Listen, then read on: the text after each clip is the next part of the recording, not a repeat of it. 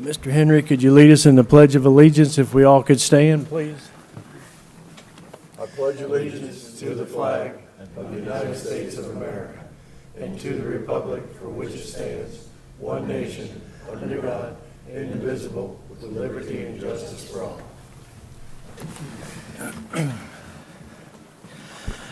Okay, this is the Planning and Zoning Board / Local Planning Agency.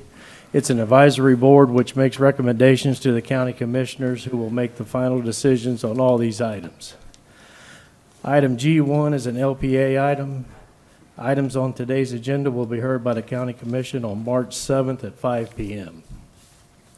When a motion ends in any kind of a split vote, a roll call vote may be taken to ensure accuracy. As a reminder, each member who makes a motion or a second needs to turn their microphone on so that the voice is on the record. Speakers for public comment on agenda items will be given 5 minutes.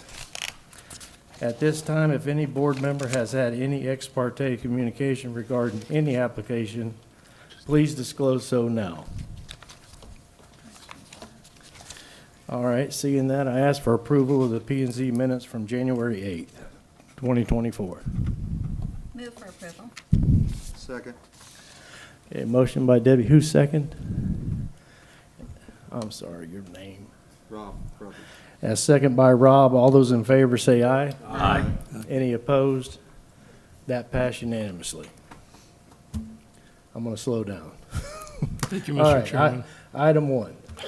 Item G1 is the transmittal of the water supply facilities work plan and related amendments to the comprehensive plan to the Florida Department of Commerce. This is a county-wide initiative.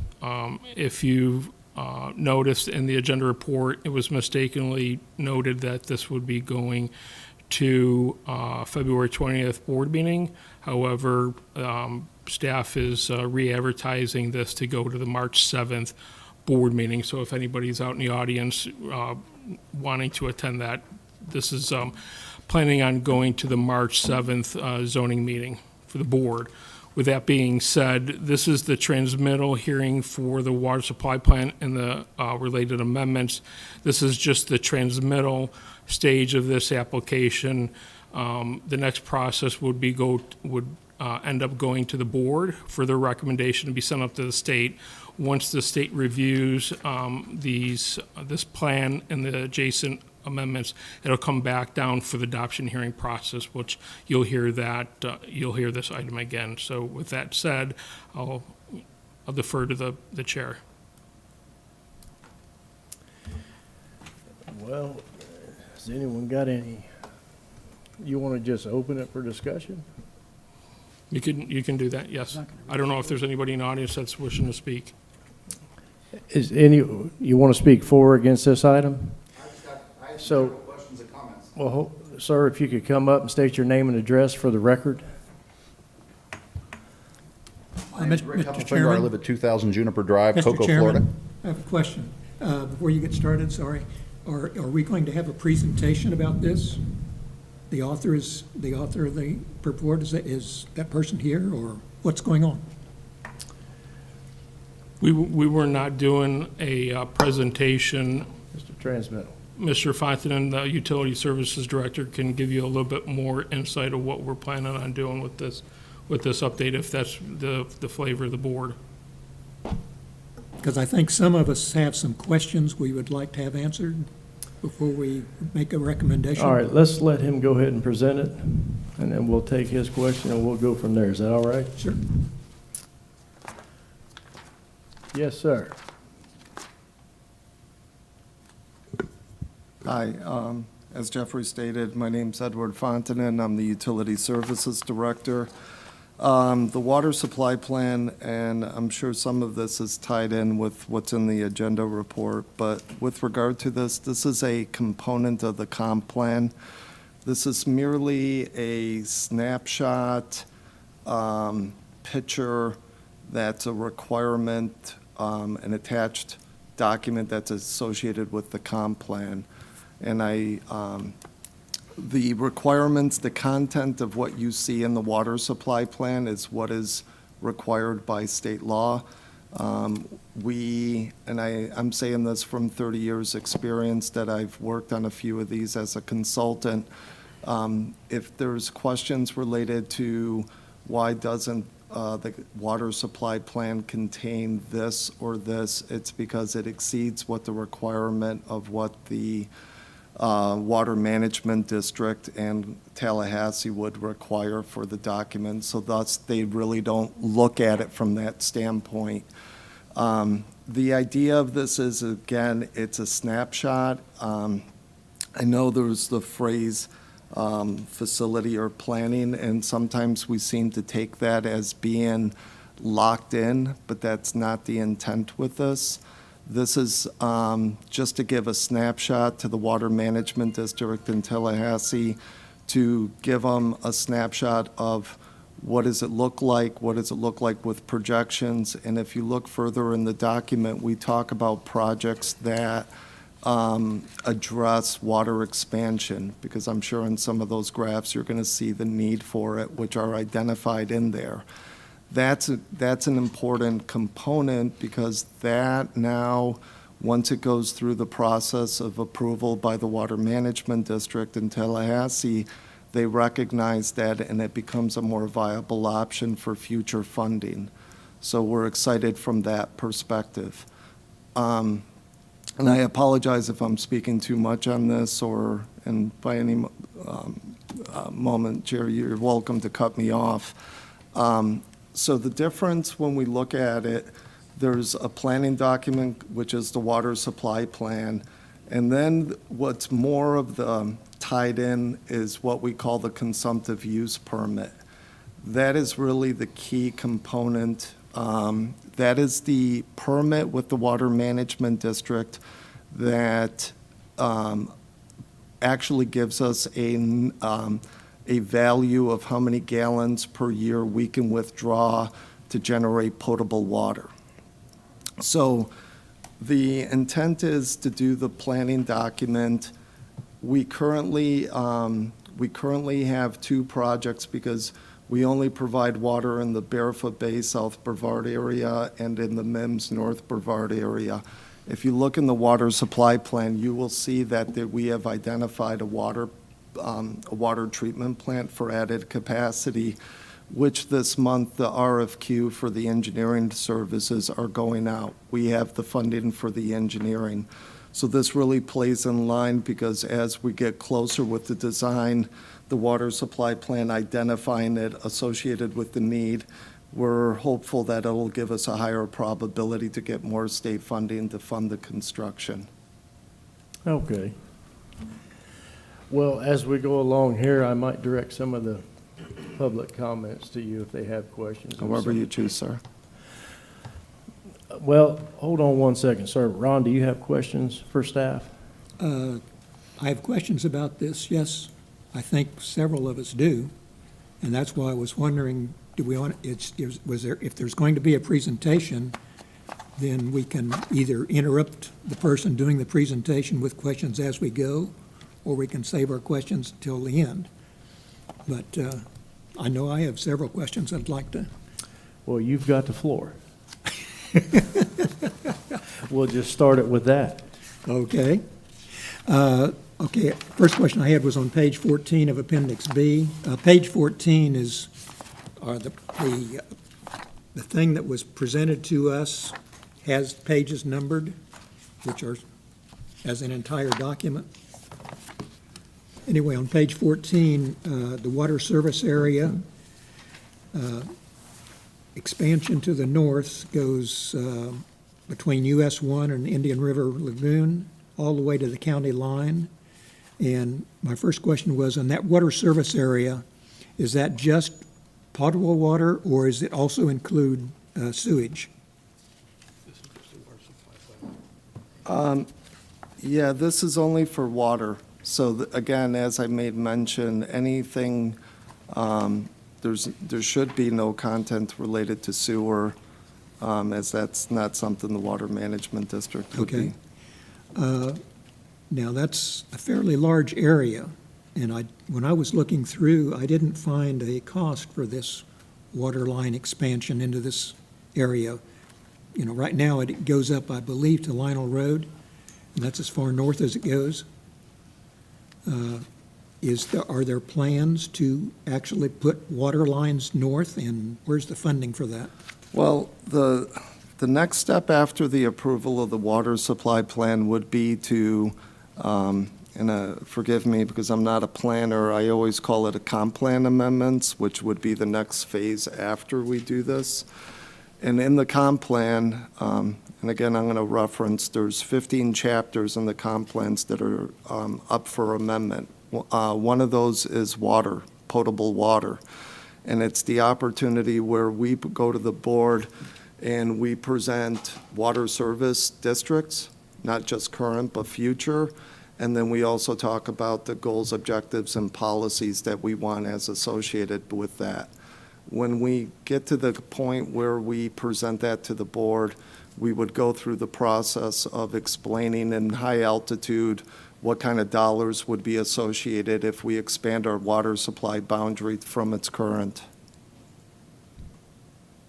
So currently, there is no funded expansion of the current water lines. We have funding for engineering on some of these, but no, to say, do we have complete funding to accomplish everything in a future water supply or boundary? The answer is no, not currently. Okay. Next question was on page 29 through 33, Appendix C, for the MIMS CUP. It shows 18 active wells and 11 proposed wells. Are some of those proposed wells going to be replacing existing wells?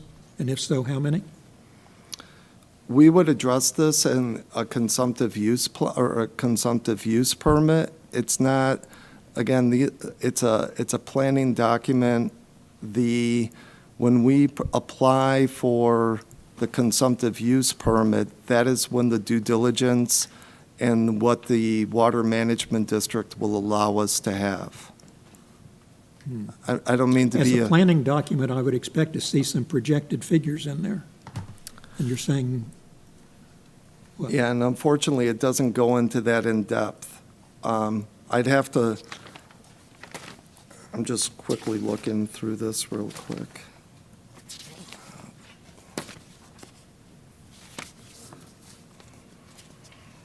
The reason I was asking, I was kind of curious as to what kind of an increase in capacity will these new wells actually provide? You know, if you're replacing a bunch of the old wells because they're, for whatever reason, Right. We may not actually have any increase in capacity, and I was wondering what you thought the increase in capacity might be. And to answer that question is really it's the due diligence when you do the consumptive use permit. And so I don't mean to the why I'm putting the emphasis is once you get into the water supply plan is really high level, big picture. And really when you get into the next layer, that is when the water management district requires you to do aquifer modeling. They want beaver population projections, not our projections, but the projections that have been adopted by the state. And we would have to go through, and obviously it would require the need of an engineer. We would go through that modeling, and by location and well by well, the water management districts then provides an annual allowance that you can draw from that well. Okay. But with that, if I may, sir, just because I know you're talking about the ones that are inactive, part of what our intention is that right now, the MIMS and Barefoot Bay Water Plant they're a superficial water well plant, which, as you all know, this is the well that you could tap into and pull out for, day-to-day drinking. You hear about people using that same well for irrigation systems that don't have reuse. When we're looking at future wells, we're also going to be looking at using the brackish aquifer. That's where we're getting into reverse osmosis. It's just what it is. It's a deeper aquifer, but it's brackish water, and that'll give us a more plentiful source without having to pull away from the volume of water for this official well. Okay. Next question was on page 94 of Appendix D. You say some of the wells are underperforming, and I was wondering, what does underperforming mean? Underperforming can mean we have instances where chlorides are higher than acceptable. The water draw is lower than historic. Those are usually two of the factors that are associated with it. Do you know what causes them to be underperforming? I mean, is saltwater intrusion part of the problem? Saltwater intrusion is, so if you look at the state of Florida, the surficial aquifer that we have in Brevard County is actually originated from the Georgia border central state, and it kind of triangulates through central Florida. So you're getting into, it comes south, goes around Clermont, and it starts deflecting over, goes a little bit through Osceola County, but not all of it, and it starts deflecting down. It actually ends at Vero Beach. And part of the issue is that as population growth is occurring in central Florida, you're getting more of a draw from that. And although that the water management districts are trying to manage it, unfortunately, because we're at the southern tip of that, sometimes during drought conditions, the wells may not have the volume as needed. Okay. Also on that same page, what does unfunded revenue mean? Unfunded revenue means we don't have the funding as of today. Okay, and on those tables where you do have funding, that's already been approved by whoever? I'm sorry, sir, may you repeat that? In that one, there's those tables in there, they show revenue from 2023, 2024, and that revenue has been approved, and it's, Without me blanket saying yes, let me just look at this if I may. If it's in 2022 or 2023, the answer is yes. As we're going into, I think we're going into fiscal year 2025 in October, that hasn't been approved because the board hasn't had an opportunity to approve our budget yet. okay. Since some of that, I don't remember exactly which table it is, but I remember one of the tables had revenue out into 26, 27, I believe, maybe 28, which hasn't been approved, so I don't understand when you say wouldn't that fall in the unfunded category? Shouldn't that fall in unfunded? That is just an earmark of what we're talking, it should. And I'm just trying to look.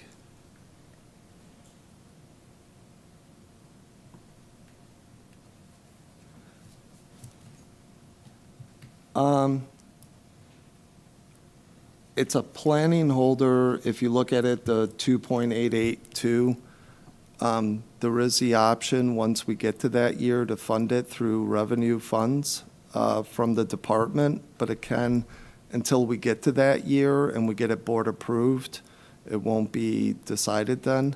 In the meantime, we're actively pursuing grants, and we've been quite successful with that. So obviously, as we get closer to that year, that's subject to change. Okay. Let's see. On page 91, Appendix D, it says charges for services revenue, and it shows that chart sees major increases in the out years. And I was wondering, does that major increase, is that going to equate to an increase in the users' bills? And if so, that's a heck of an increase. going from thousands of dollars to millions of dollars. What page was that, sir? Page 91. 91?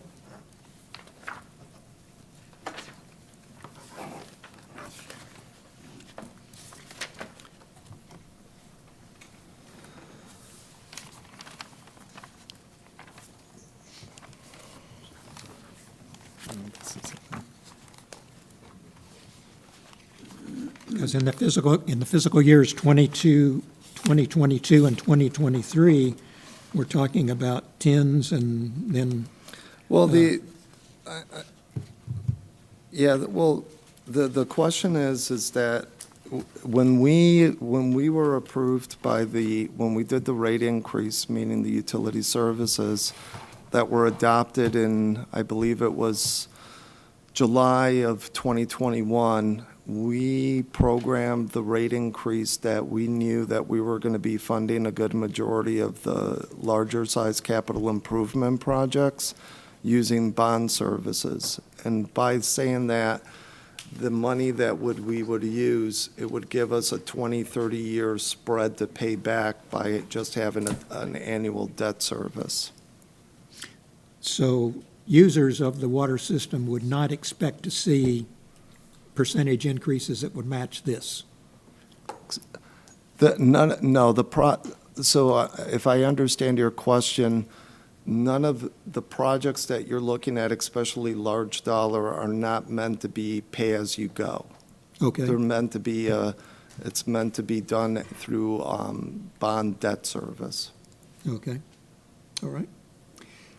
Next question is on page 120, the facilities work plan. It accounts for projected water use due to projected population increases. But I was wondering, does the plan account for increased water use due to expansion of the water service area? And I think you've answered that earlier, and the answer is no. So, So in the benefit this is recorded, can you repeat the question to confirm if no is adequate? okay. The work plan accounts for projected water use due to projected population increases countywide.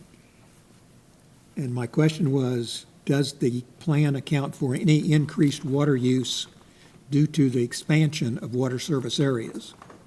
And I think you answered that earlier in the negative. So in the water supply plan, there are graphs that show what we view as projection, demand, supply and demand. So we do look at a projection, but again, it's just high-level conceptual until we get to the consumptive use process. Okay. Next question on page 135, Facilities Work Plan, Table 11. It's recommended that the MEMS CUP be increased to allow for projected population increases. And I was wondering, have there been any studies to show that there is water available for such an increase? And I think That's where I was referring to so it's the Florida and aquifer, which is what I refer to as being the brackish barrier. And at that, there's ample volumes of water. The issue is, not issue, but the technology needed is reverse osmosis. But the answer is we have identified that, and that would probably be the direction we would be going. okay. And then on page 144, it's mentioned that saltwater intrusion into wells due to overdraw is a concern. And it also mentions that expanded, let me get my message back here. It also mentions that expanded draws may compromise water quality in domestic self-supply systems. So I was wondering what approaches is either Brevard County or the St. John's Water Management District using or recommending to prevent the increased draws from affecting the domestic self-service systems? So I'm sorry, sir, I just want to, rather than find it, domestics, what's it referred to as? Domestic self-supply systems. In other words, the well that provides water to my house, because I'm not on the water system. Right, and we don't have jurisdiction over that. So if people, Yeah, I've realized that was probably a St. John's Water Management District question, but I was wondering if you had heard or knew of anything that that they were doing or recommending to try to prevent impacting private wells. no, I have not. I have not heard anything related to, from a state or water management district on that. Okay. Is there any monitoring of private wells? Any way to monitor that you can, so you can track to see which wells and where they are might experience saltwater intrusion? Yeah, so I go back, if a well is smaller than 6 inches in diameter and withdrawing less than 100,000 gallons per day, it is not under the jurisdiction of the Water Management District. So as a day-to-day residential who is putting a 2 or 3 inch pipe in the ground, pulling out a few hundred, I don't think that is on the, I don't think the Water Management District has a record. I'm not sure agency-wise who you contact, and I know, I'm leery to say Department of Health. I know they're related for Can I septic. interject? As a contractor, I deal with them every day. The Department of Health in Brevard. Okay. Okay. That's for both water and sewer, except the septic tanks. And one final question. As we experience sea level rise, is that going to increase the probability of saltwater intrusion? Yes. Okay. I was hoping you would say something else. I'm only going by what I've read in the studies. For Jeff, for clarification, because I know we got a lot of information there. Item G1 is strictly the transmittal of the water supply facilities. That is correct. So, I mean, we need to kind of, because we're not, I mean, Ron, those are great questions, don't misunderstand me, but I mean, we're not to that point. We got to take how many steps to get to? Correct. This Those- is the transmittal hearing to transmit to the state for their review.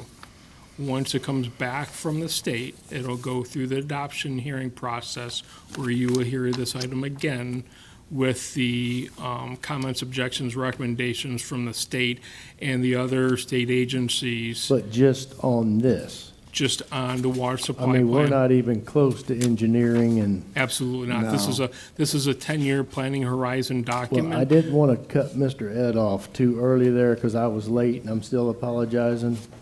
But I mean, I just wanted to get kind of clarification for the whole board because I actually got a little confused looking at this packet. That if you don't mind clarifying what we need a motion on and what we're voting on, just, So we're looking for a recommendation to transmit the water supply plan and the related comprehensive plan amendments to the state. to the, well, yes, to the state. Correct. So the kind of, yes, sir.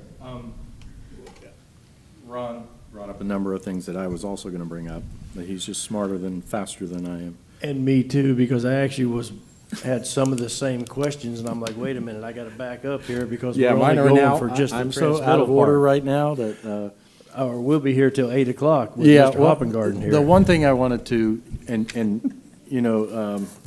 Edward, I appreciate your candor in saying that this is an overall global document, not necessarily an individual engineering document, because we have contractors and engineers and architects on this board, myself being one of them. and have worked on similar documents like this, both in Miami-Dade and Broward County. So a couple of things that I'm looking at, which Ron already brought up, is the funding aspects of it. Kimley Horn was very clear in that, and I'll read the St. Johns River Water Management District's most recent 2020 Regional Water Supply Plans, the RWSP, finds the traditional groundwater supply is insufficient to meet the projected increasing demands region-wide. This plan highlights conservation and reuse policies to mitigate local demand. So I understand that Exhibit B also is to go in there and to provide these global requirements for that. But, you know, the table for MIMS and Barefoot Bay and San Sebastian Water Treatment Plant, we know that there's insufficient water supply out there. So what this comprehensive plan is primarily a planning document. And it's a planning document for the water supply is only one aspect of it. There's economic, recreation, lifestyle development, there's wetlands, floodplain development, there's schools, there's infrastructure and utility, which the water plan comes under, and then there is for future development. For this board, this is the basis and the reference that the future planning and zoning is developed off of. Is that correct, Jeff? That is correct. Okay, so the reason I'm suspecting that it came to this board is to, one, educate us, you know, for those of us who are not professional engineers, to look at what's downstream for 10 years and where that is going. Everything is looking at District 1, the MIMS area is what he's saying, because of the proposed water supply and the insufficient infrastructure that is there right now. So when we're looking at future planning and planning documents for P&Z to come in front of this board, we're also looking at, well, what's available out there now versus who's proposing to build it and how much. So capacity and funding are what I'm looking at is a little slack in what was presented to us. I'm not saying it's insufficient, I'm just saying it could be enhanced. So that enhancement is to put things like interlocal agreements. I can't tell you what the interlocal agreements between Titusville and, let's say, the county are for putting these wells in. But, you know, I do know that they have a consumptive use permit that's issued to the city of Titusville for, you know, installing things that is on county land. Correct. So is there an interlocal agreement between Titusville and the county for those wells and those things to be put on that line? There's an interlocal agreement that goes back 20, 25 years ago. There is an interconnect, so it's not related to the wells, it's related to the potable water. But Okay. there is a clause in that agreement that that Titusville, you know, in essence, will say they'll give us what they can, okay? But as Titusville is growing, we've had communication with the city of Titusville, and it's probably not adequate enough to even be considered for us to kind of work regionally, because as Titusville is growing, they're obviously putting that priority to their own growth, so that it decreases what they could be able to share with us. And given that a lot of times the peak flow is in the summer, that's usually the time of need when the wells are usually the lowest. Well, that's a perfect answer. So the supplement that I would like to see on your comprehensive plan is you don't have to list the exact interlocal agreement, but list if the interlocal agreements exist toward utilities, recreation, water supply, those things, so that we can at least, the public has a reference document, because this is a planning document. These are the references where for such interlocal agreements do exist, newly elected officials, new board members on different boards, how would we know that? without them being referenced somewhere. Your cardinal knowledge is excellent, and it's very beneficial, but it's constrained to where a developer or a municipality wants to engage in building new schools or building new infrastructure. How does the rest of the board know where those interlocal agreements start and stop? So that's just one of my recommendations to put in this comprehensive plan, if interlocal agreements, and for this water supply, would be specific for water supply. So like pulling the permit out of St. John's, I mean, I've got the agent is the city of Titusville, but the location is in unincorporated Brevard, yeah, sorry. So those are examples, and, you know, it's just recommendations for you guys to consider when you put this forth. Okay. Thank you. Do we have any other questions for the staff before I take it out to the audience? I have a couple. Imagine that. Yes, sir. According to this report, they're projecting an 18% population increase in the next 20 years. Is that on a, how was that determined? Was that a straight line, or are they using the state as a qualifier? We used the Bieber numbers from the state. Use the numbers from the state, okay. But I noticed on some of the charts that were in here that the usage was going to be flat. I think Barefoot Bay was flat, and some of the other areas were also flat. With an 18%, isn't that across the board? No, I think we're looking at it by region. I meant per county.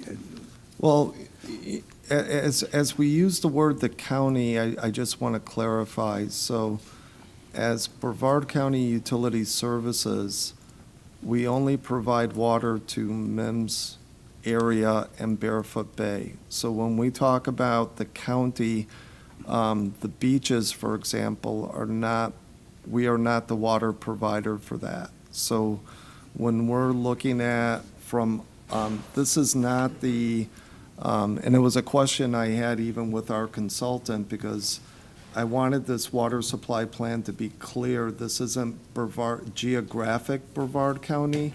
This is Brevard County Utility Services, because all the other water providers, Palm Bay, Melbourne, Cocoa, also have the responsibility to submit their own water supply plan.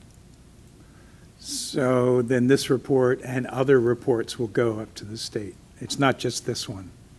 Because this is only for unincorporated, correct? This plan is just for the service areas that we respond to. Okay. And so the cities or any of the other utility providers will have to go through this same process. All right. Which are only two service areas.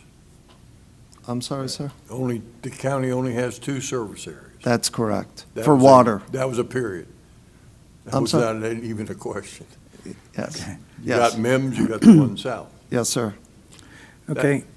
Can I'm sorry. Can I No, I continue? don't want to take your thunder. All right.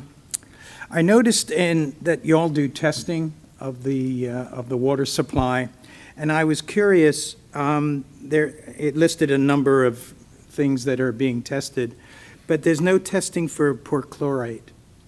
Is there a reason why not? I mean, in North Merritt Island, we get issues from the Space Center, and I was wondering if that chemical, which I have been in contact with in other areas that I've lived, that it is very toxic, but it's not on the list of testing that they're doing here.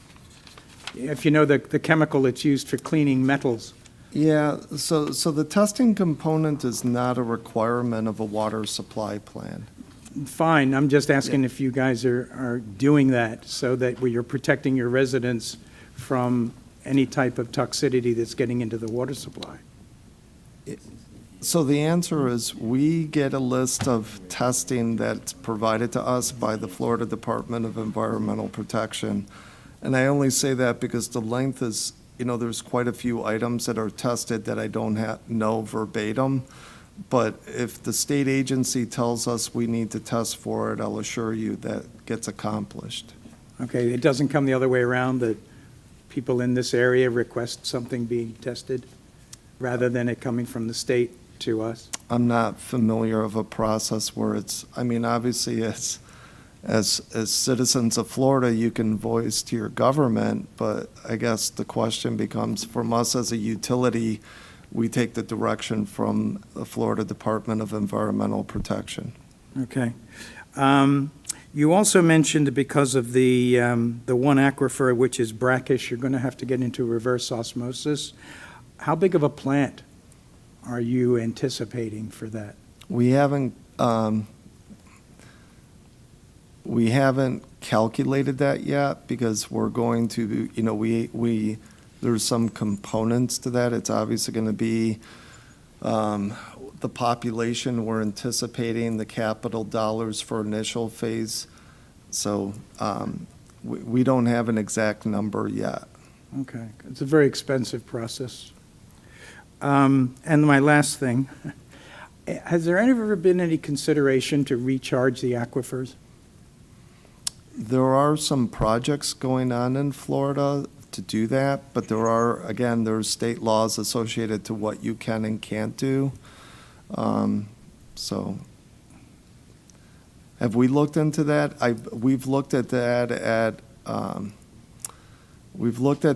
and you have to have a wastewater treatment plant that provides reuse at a high caliber. So no, we haven't looked at that because we don't have a wastewater plant that can produce a high caliber reclaim. Okay. We should look into that. But you had said earlier in your comments that this does not address sanitary? Correct. Okay. But if we have a population increase of 18%, what's our sanitary structure? Are we capable of handling that growth with the current facilities that we have? Yeah, we're looking at that as a separate exercise. Okay. All right. Thank you. You're welcome. Any other questions from the board before I take it out to the audience? Yes, sir, Mr. Ron. Yeah, one more thing I just was curious about.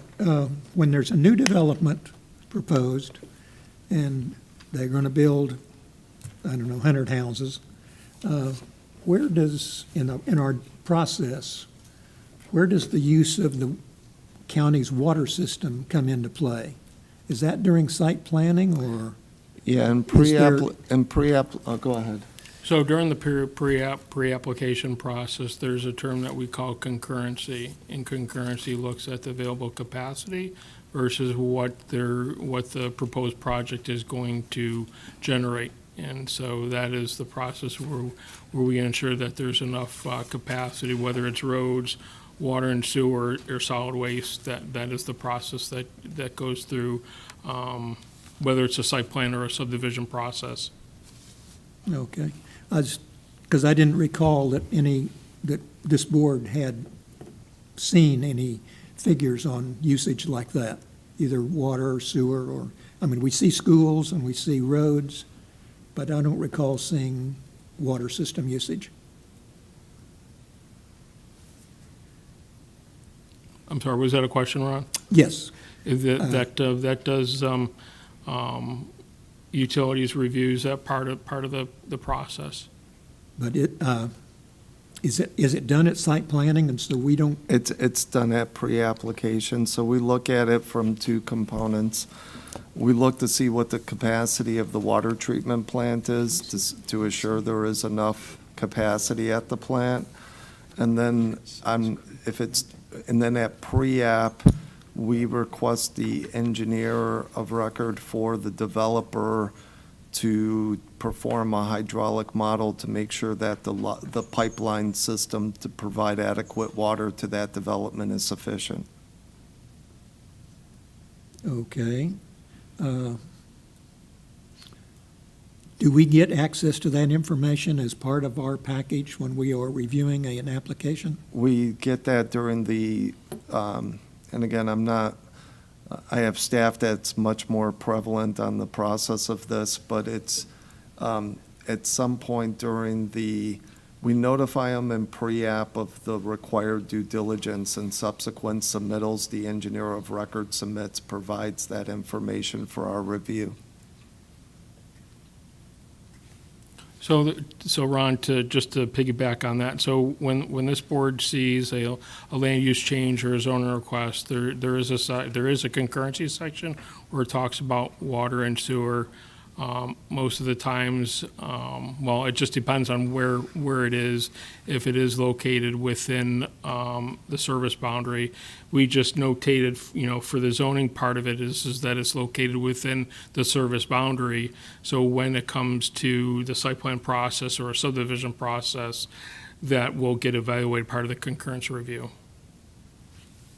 Okay, so this board can't make a recommendation for an approval or denial based on the fact that a development is going to exceed capacity of our water system or our sewer system?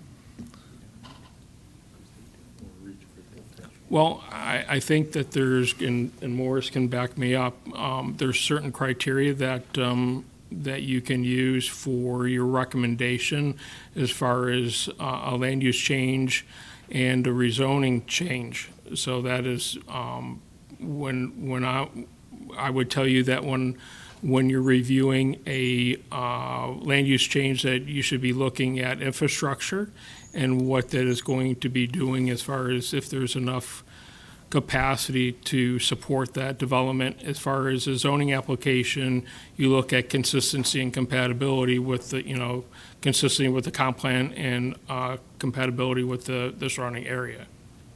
Jeffrey's correct. You would look more at concurrency factors if you have a land use change request in front of you. Once you're at the zoning level, you really are just looking for consistency and compatibility. So staff provides you that information on concurrency and levels of service, but that's not typically a consideration for the zoning application itself. That's at the land use, which is more of a planning and legislative level, as opposed to zoning, which is a quasi-judicial level decision. Okay, thank you. Mr. Chairman. Yes, sir. You know what concerns me, Morris? We're getting into a sticky little area here because we're now talking about, provide us that data when the county has just a minimal amount of area in relationship to what these cities have, i.e. being the city of Cocoa is the biggest. Then you got the city of Melbourne. You got all these other political subdivisions that they're in the business to sell water. And if the county starts telling them, we don't want that to happen, it's, I think it gets sticky. Right, it would be the tail wagging the I'm not sure I want to get on that deal. Your point's well received, I think. Any other question from the board for the staff before I go out to the audience?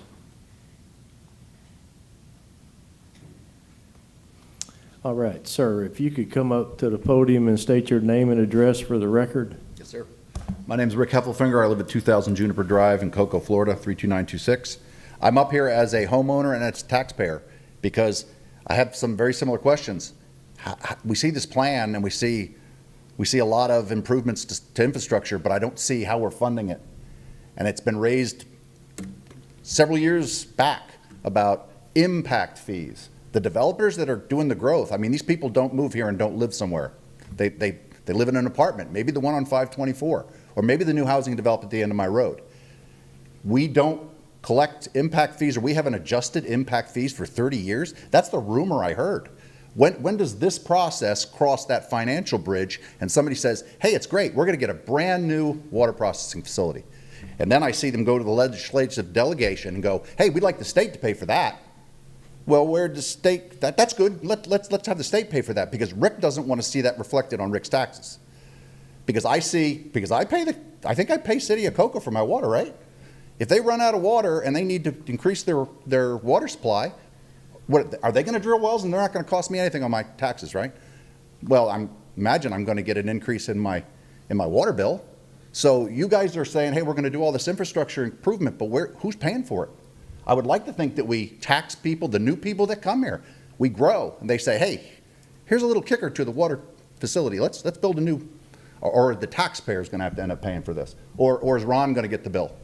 Or the St. John's? I don't know who pays for this, but I'm terrified that I'm going to be left holding the bag because I don't see impact fees get adjusted for all the growth.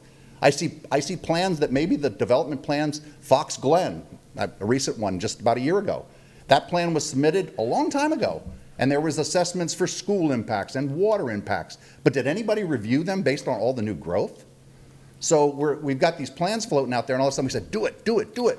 Well, not to interrupt you, but the item that we're looking at is only, correct me if I'm right or wrong here, staff, is dealing with Barefoot Bay and Mims.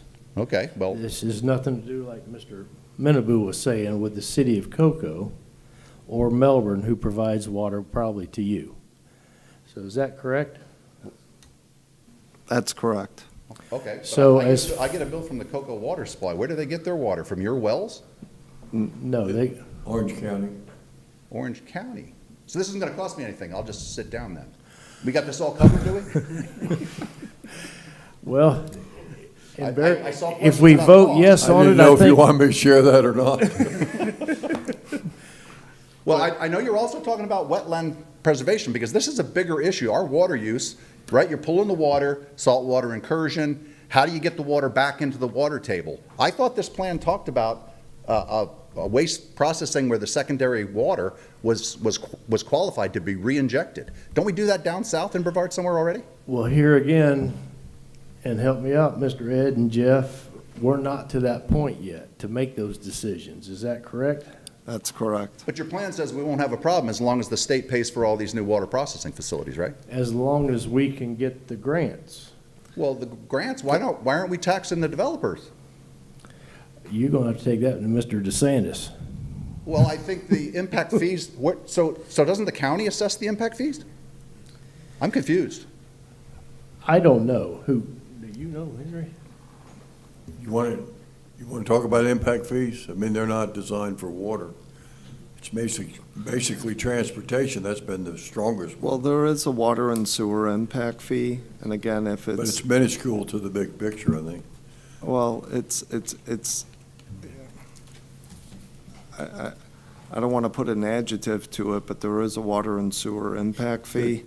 There is, but again, we're putting a lot of emphasis on the funding of it today, and this right now. We're not even there yet. We're not even there yet. And So if I could go back, Ed, I'm sorry not to cut you off, but Jeff, if you could help me again with the public and with the board of item G1 and bring it back to where we need to be.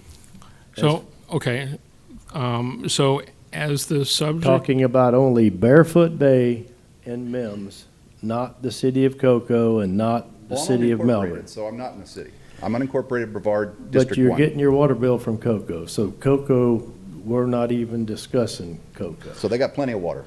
so this, what you're making a recommendation here this afternoon is for the transmittal of the water supply facilities work plan and related amendments to the comprehensive plan to the Florida Department of Commerce, which encompasses countywide. However, since we only have two areas that provide water, which is Mims and Barefoot Bay. Correct. That's the areas that would be, that we're addressing.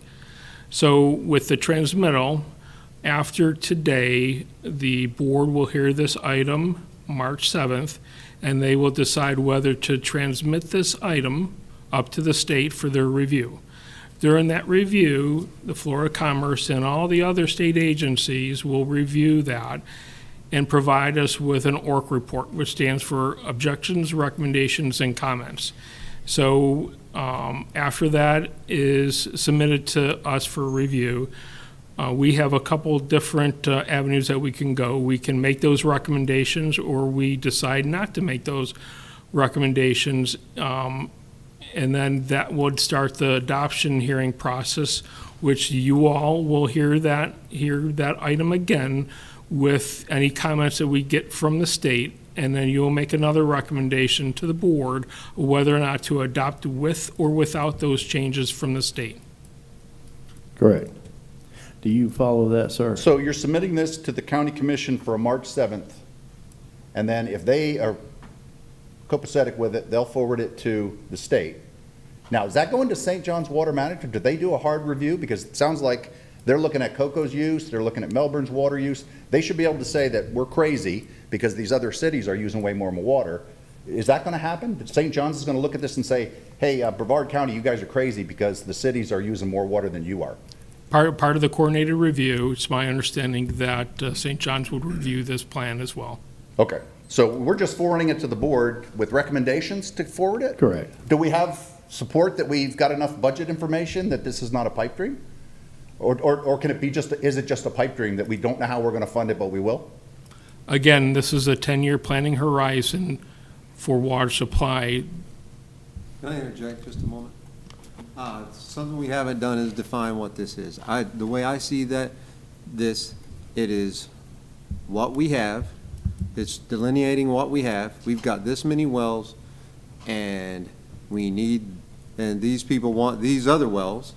We also have these many facilities, and this and this and this needs to be done to it in the next 10 years. Am I incorrect in that? No, that's correct, sir. And that's all we're working on. Whether we have money for it or not, these things need to be done. And as far as impact fees go, impact fees are a percentage. The more houses are built, each one of them pays a percentage. It is not a set fee. It is a percentage of the cost of it. You build a really big house, you get a really big impact fee. You build a really small house, you get a smaller impact fee. You have more impact fee. There's, we'll find the money or we won't, or we'll die. Okay. If we don't find the money, we're going to all die from lack of water. So we'll probably find the money. Okay.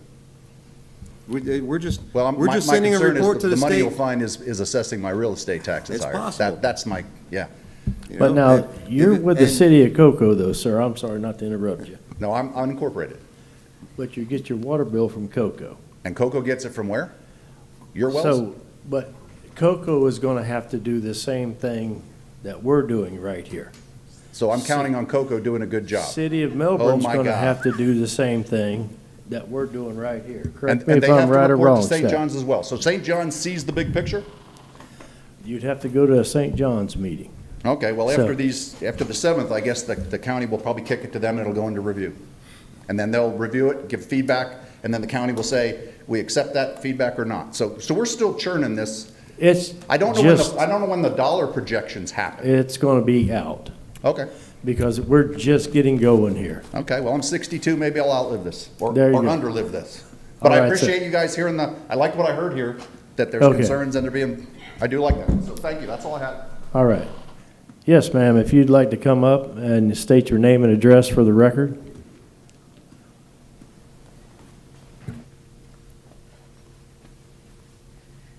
Hi, my name is Katie Delaney. I'm from Cocoa, Florida. I am here, unincorporated Cocoa. I think that one of the concerns is that this plan basically makes it possible for interlocal agreements to be made with the municipalities. So like for Cocoa Water, Melbourne Water, like you were saying. I have a huge issue with this. Just because other areas are using or are reusing sewage water doesn't mean that we should do it. It's not a good idea. We already have a health crisis in Brevard County with the PFAS levels, and now we want to add in more of that with the added pharmaceuticals and E. coli, bacteria, everything else that's going to be in this water. And let's be honest, we know why we're here, at least the people in North Brevard, which I'm guessing some of you are from North Brevard. We know why we're here. It's because of Farmton.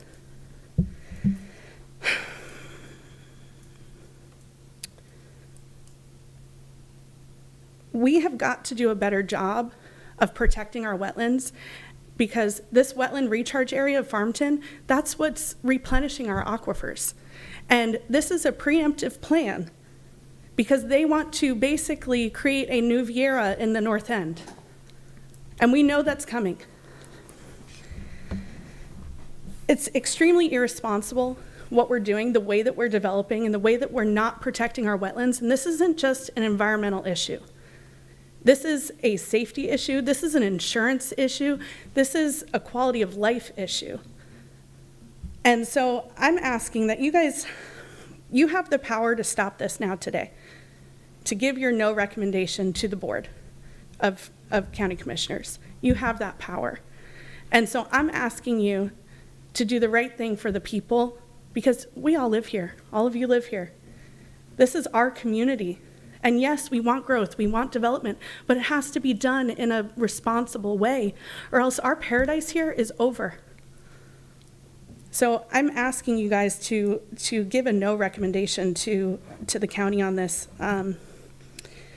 We got to find a better way to do this, guys. Thank you. All right, thank you. Is anyone else want to speak for or against this item? All right, seeing that, I bring it back to the board. We have any more questions or? I do. Mine's real small. Ed, was there any reason we left the Space Center off of this? The Space Center is served by the Cocoa water system. Yeah, but you looked at the map, it didn't look like it showed their area, which, you know, they have 35% of this county. I didn't know if that was the only thing I had gathered from this transmittal.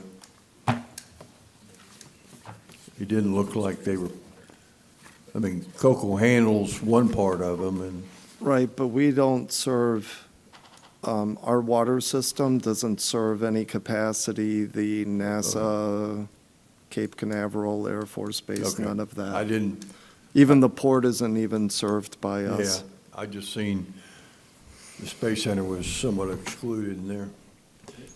Okay, that's it. Mr. Chairman, I have a question. Yes, Debbie. So I guess my question would be to you, is this transmittal mandatory? Yes, This has been brought to us in a mandatory fashion, and will this be mandatory then for every other municipality within Brevard County to provide this same kind of information to the state? if you're a water producer, yes. So everybody has to do this? If you're a water, and I say that because the town of Indian Atlantic probably doesn't, because it's They're served provided by by the Melbourne. city of Melbourne. Right. Although- So everybody that I'm sorry. produces water. Even the municipalities that don't produce their own water still have to provide in their comprehensive plan an update as to how they're going to serve their water needs. So not to the extent you see here that it goes into water production, but yes, they all have to address it as part of their comprehensive planning. Correct. So if this was, as we were said earlier, we said no to this transmittal, all it would mean is that we have to go in and tweak whatever we feel needs to be tweaked, because eventually something has to be sent up, correct? It's a requirement of state law, yes, ma'am. Thank you. Yes, sir, Mr. Bryant. So to piggyback off of what Debbie was saying is, this is coming down from the state. We've seen this through this board in the past. If we don't do anything, the state's going to make the decision for us, am I correct? Quite honestly, I'm not even sure what happens if, Well, from a comprehensive plan process, yes, the state will come down and do what they do of, hey, you haven't submitted your water supply plan. For Mr. Fontenen's reasons, he needs to update his water supply plan to run his utilities, and he can go into that detail of why it's important and why he needs to do the water supply plan. But from a technical standpoint, it's required as part of the comp plan. and again, part of it is the listing of the projects we anticipate, and for those to be eligible for future state funding. So when opportunities do arise, depending on what the funding mechanism is and the criteria, but it's not uncommon for a water project of this caliber to say, is there an approved water supply plan that shows it? Right, so my point is, if we don't approve this, as somebody recommended from the audience was, vote no against this. If we don't do it, we have a pretty good chance we're not going to get future funding from the state because we didn't submit our own plan. At least we're submitting our own plan with what we know to be deficiencies for things we're working towards for the future.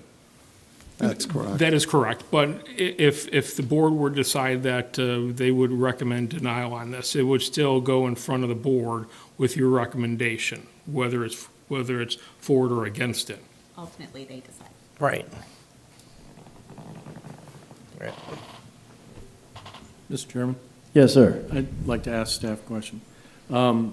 Is it possible to put some of the recommendations that you heard today into the memorandum to go forward? Or do we have to approve only as is? If there is recommendations that you would like part of your recommendation, we certainly can do that. The one that I heard from you is to include some language to, I don't want to say Identify report. local agreements But so the, that yes, sir. future So- board members and future people at least have a roadmap of where to go to find that legal document so that they can evaluate whatever. And then the other one was funding. Is it currently in a current budget or is it to be funded?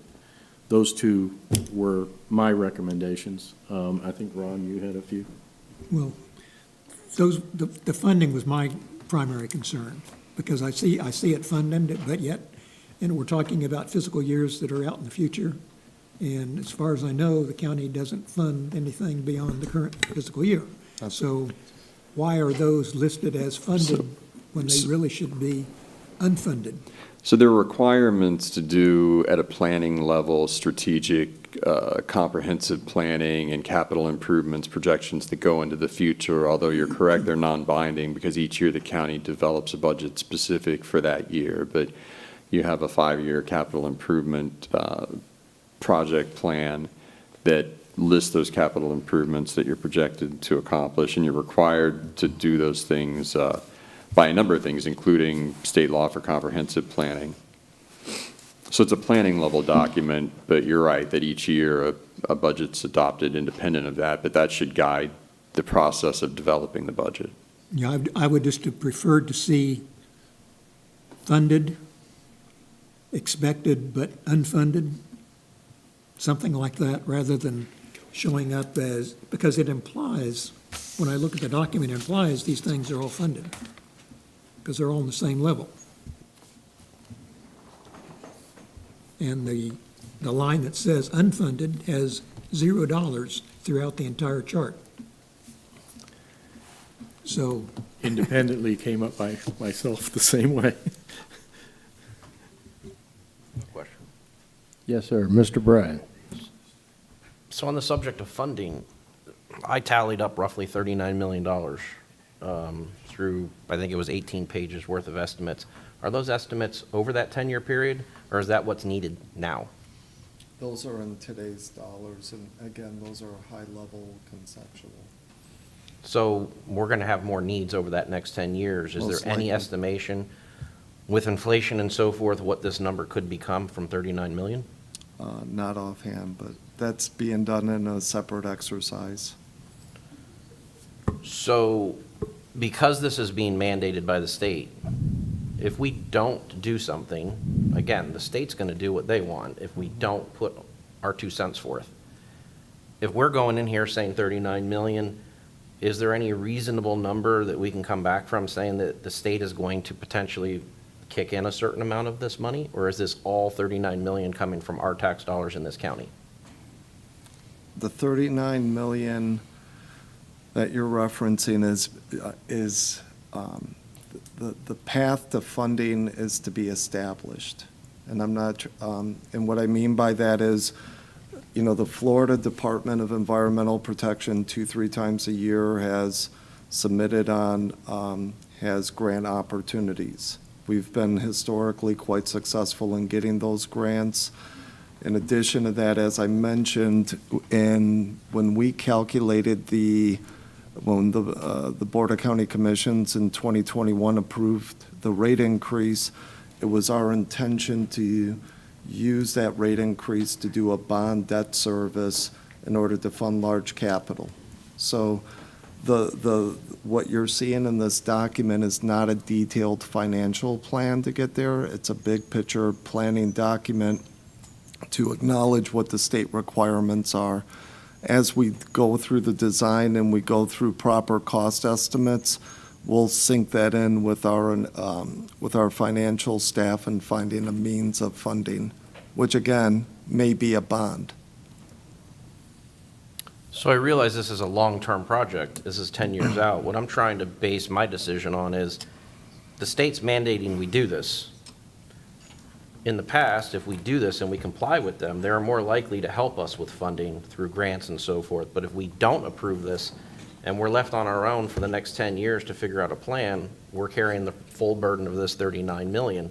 So to me, I would think it'd be beneficial that we approve this so that the state's knowing that we're working with them and it's a reciprocal back and forth. Am I not correct on that thinking?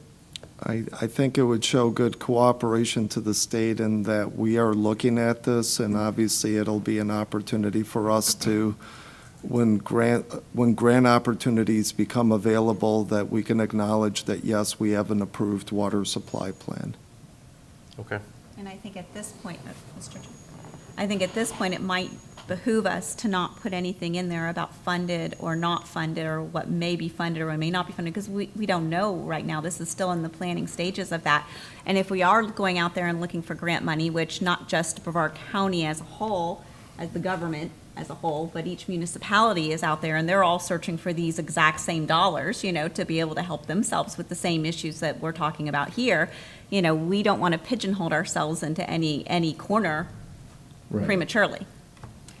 What I would say is, if I look at this, and I'm a state agency, I would say, oh, they've already got the funding for this, we don't have to worry about it. And that's not true. That's not how, no, I'm sorry, sir, that's not how this is a planning level exercise. The state understands that. They require it as a planning exercise. And the idea is to develop a regional water supply plan. This all goes through the state, and they understand that it's a planning level exercise. This isn't identifying specific funding sources. It's identifying projected needs, which you have a methodology you're supposed to use under statute for determining what those projected needs are, and then it's identifying the projects that are necessary to serve those needs, correct, Eddie? That's correct. And estimating the cost of those projects, and as far as budgeting for those, again, it's a planning level exercise where you're putting in a reasonable expectation that you're going to be able to fund the projects. It's not to the granular level of identifying exact funding sources, because again, this is long ranging. It goes well beyond the 1 year budget. It's a planning level document. Mr. Chairman. Yes, sir. So just for clarification, this is the first step out of many stages. So if we say yes, no, put revisions in or recommendations, we still have an opportunity to go through it and pick what's good and what's bad. We're basically sending it to St. John's Water, the state, and get feedback to where we can continue to develop our plan. Well, once it gets transmitted to the state, that's our opportunity to say this is our best plan moving forward. It does not allow you an opportunity, once it comes back, to make the changes that would require additional review, that the state would have to review outside of addressing a specific comment that they may or may not have. So anything that, like environmental costs, that kind of stuff that goes now, that's kind of fixed in there? We can't change it later? Is that? Well, let's talk about the CIP and the process with that. A CIP is the Capital Improvements Program. It is a rolling document. It's a 5-year window where every year projects come on and projects come off. And based on available funding, those numbers change. So we're in 2024, if we have a project in 2027 that, we were budgeting for $3 million and those costs have gone up, we can adjust our CIP to say, hey, we need another $3 million for fiscal 2027. Mr. Chairman, Yes, sir. it just amazes me that the myriad of questions we've had on this, and I was under the impression that it was just going to be a letter of transmittal. Ron had some tremendous questions. Everybody's had some great questions. And was this, when the document was done by the firm, was this critiqued out? And Yes, we actually. I mean, this is the final of the critique? There's still opportunity. We have to get feedback still from the Water Management District, Right. but we've submitted a draft to them for an unofficial review, just to make sure. Yeah. And we've actually, and that's why when you all ask questions about sewer, it's, in our, in an original draft, we had it in there, and the Water Management District this isn't the document for that. And so we pulled that out. So we were trying to overpopulate it, to treat it like a master plan, but they're really, we're going to be going through that exercise of a true master plan that's going to be diving into population projections, more detailed engineering projects, cost estimates that'll be probably more tighter than the conceptual numbers. But again, that's going to be done as a separate exercise. We might have jumped it a little bit, but they had some great questions today, things that I wasn't even thinking about, but once again, I thought it was just a letter of transmittal and not going into the detail of the report. But if I'm wrong, I'm wrong, but Well, Henry, Ron surprised me, had some good questions. a lot of my questions are for my own education because I really don't know anything a lot about this, and so. You've impressed me. And So I didn't have any recommendations to make because I was thinking, well, I see, don't know as what I soon want as to I- recommend. I need answers before I can make recommendations. as soon as I realized it was in MEMS, you notice I looked straight at you, right? So am I to understand that this is non-binding, that this is just basically a form that we have to get to the state, and it's not saying we are going to do this, it's just we're filling out this stupid permit application to allow us to have water from the state, that they can say, all right, just like you have to get a building permit, just like anything else, we have to fill out this permit application, we have to do it the way they say, or we're shut off. No, we're not shut off because the consumptive use permit is a separate document, and it's not to be associated with the water supply plan. But you're correct, it is a requirement, an exercise that the state requires. It's a planning level. It's not binding because a year from now, through the development of technology and growth, and as, and again, as Jeffrey stated, we're really focused on the capital improvement, which is a constant evolving list. And so this is really just a snapshot as of today. And when the state's done with it, it's not a club that we get beat over the head with. It is just basically filed, okay, that's done for that year, we're good. Yes, sir. It's not a master plan. It's a, I would not categorize this as It becomes part of your comprehensive plan. So it's just like the other elements of the comprehensive plan. So when land use, sorry, Eddie, just to jump in, because really you're wearing your hat as the local planning agency, right? So think of this through that lens and not as, trying to be experts in the field of utilities provision, but think about what it is that you're doing. You're amending the comprehensive plan element related to water service here.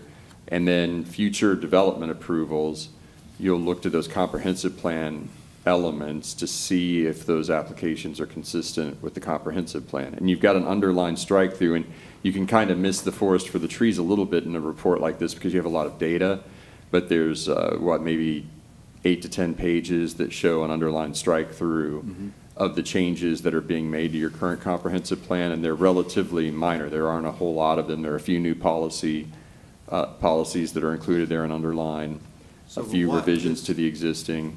What this did bring out is it scared the hell out of everybody. It's, everyone's worried that a lot of people are moving here and we're not gonna have any water. But this is not the venue for that. Your concerns are noted, but that's not us. But where, there's gonna be hearings and there's gonna be comprehensive plans and how we get water is going to be planned out. And what everyone needs to know is where and when is that gonna happen? Do you guys know that? Because truthfully, poking holes in the ground and sucking out the aquifer is not gonna work forever. So as I mentioned earlier, we have 2 requests for qualifications for engineering services, specifically for the expansion of the water plants in North and South Brevard.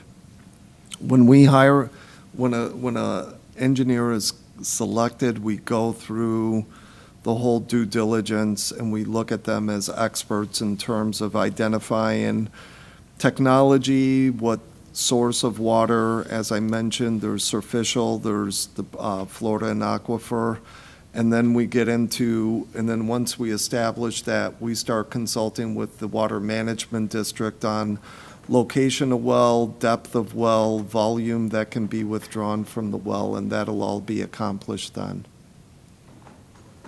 That's through the consumptive use permitting process, and I think there were some questions about, are you just looking at this in a vacuum, or do you consider what COCO and Melbourne and other providers are doing? And yes, St. John's River Water Management District regionally looks at it, and they issue a consumptive use permit to all of these water producers, and you can't withdraw more than that, and it's part of a regional plan that looks at the whole amount of water available and how much each water provider needs as far as capacity.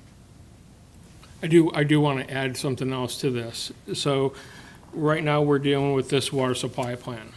And so a year from now, or 2 years from now, it doesn't mean that, we may have gotten something wrong. It doesn't mean that we can't go back and amend it to address something that nothing was thought about right now, that there was something that needed to be tweaked. Just because we're doing it now doesn't mean that we have to live with it for the 10-year planning horizon.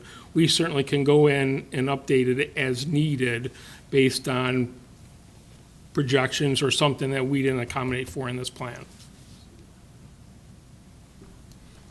Mr. Chairman? I propose we, He's ahead of you, Mr. Robert. Yeah, I'd like to recommend approval with staff to take into consideration our recommendations if there are no other All objections. right, let me hold that motion, Okay. because Mr. Hoppengarten wanted to say something. Yeah, just one question, Ed. We've done these every 10 years or so? These work plans? I believe the requirement is every 7, but I'd have to verify. I'm sorry, John, I didn't hear your question. These work plans, we've been doing them every 10 years primarily? They cover a I 10-year don't period, we know when. update them every 5. Yeah, no, I don't know when the last water supply plan was done. I would say it's been some time.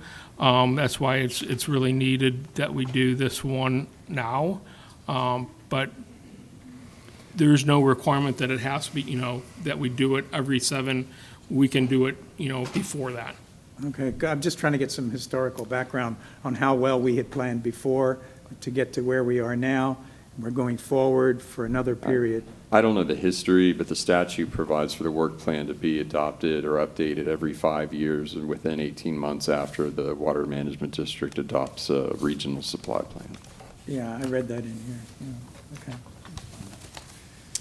Okay, And if I can, before there's a second on that motion, there was a broad-ranging conversation here, so just to make sure that staff does what the direction is, can any motion that's made that talks about revisions expressly state what those revisions are that are going to be part of your recommendation? Because it's going to be hard to pick up just conversation and determine what was actually a recommendation of the board just versus one individual board member talking. okay, well, we've got a motion by Robert Hill. Yes, and the motion is to approve pending staff's election to provide intermodal agreements, intergovernmental agreements, to list those if they exist, just as a reference, and also the status of funding.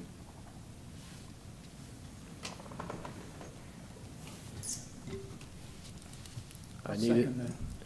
We got a motion by Robert, we got a second by John. All those in favor say aye. Any opposed? That passed unanimously. Staff, do you have any questions for Robert about his motion? No, I think it's pretty clear from my end. Okay, next item, please. So item G2 is an item for rezoning. It's being requested to be continued for re-advertising. Okay. So you'll see this at a later date. All right, then I guess we can say meeting adjourned. Thank you for your response there. The opinions expressed by any member of the public during any period of public comment do not necessarily reflect the views or opinions of the Board of County Commissioners of Brevard County, Florida, Space Coast Government Television, or the program sponsor, and are solely those of the presenter. The Board of County Commissioners of Brevard County, Florida, Space Coast Government Television, and the program sponsor hereby expressly disclaim any and all responsibility or liability for any defamatory or slanderous statements expressed by any member of the public during any such period.